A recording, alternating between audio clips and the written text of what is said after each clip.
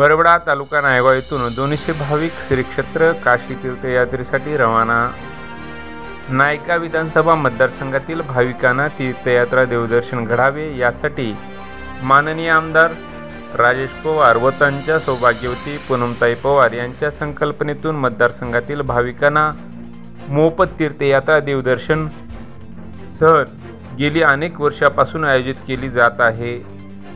आज शनिवार दिनांक 3 ऑगस्ट 2024 रोजी बरबडा येथून 200 भाविक टाळ मृदंगाच्या जयघोषात काशीकडे रवाना झाले।